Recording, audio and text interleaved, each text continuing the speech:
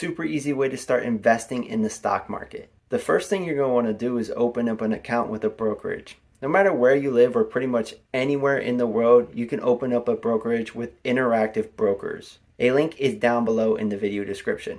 Now, if you're an American citizen, you're probably going to want to open up a Roth IRA.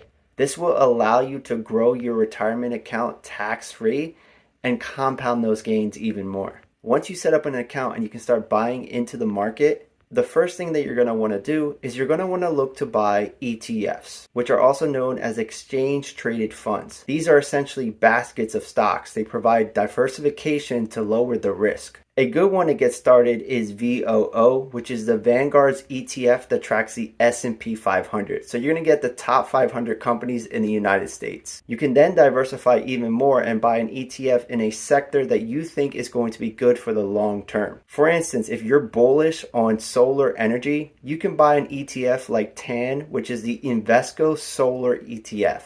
So you'll buy stock in a bunch of companies that are focused in solar energy. This is going to build up a base of strong diversification and allow you to grow with the market. Next, if you want to buy an individual company, the best thing to do, or the easiest thing to do to start, is to see if the company is expensive against itself over its average. For instance, right now if we take a look at Apple stock and we go to the valuation, we can see that its price to earnings forward looking is more expensive than its 5-year average. This would imply that right now, Apple is a little expensive. You can also use Seeking Alpha to see its rating, what Wall Street thinks, what authors think, and what its quant rating is for the stock. This can help you weed out some stocks that are just too expensive compared to its average. And remember, you want to buy low and sell high. That's how you can start investing in the stock market.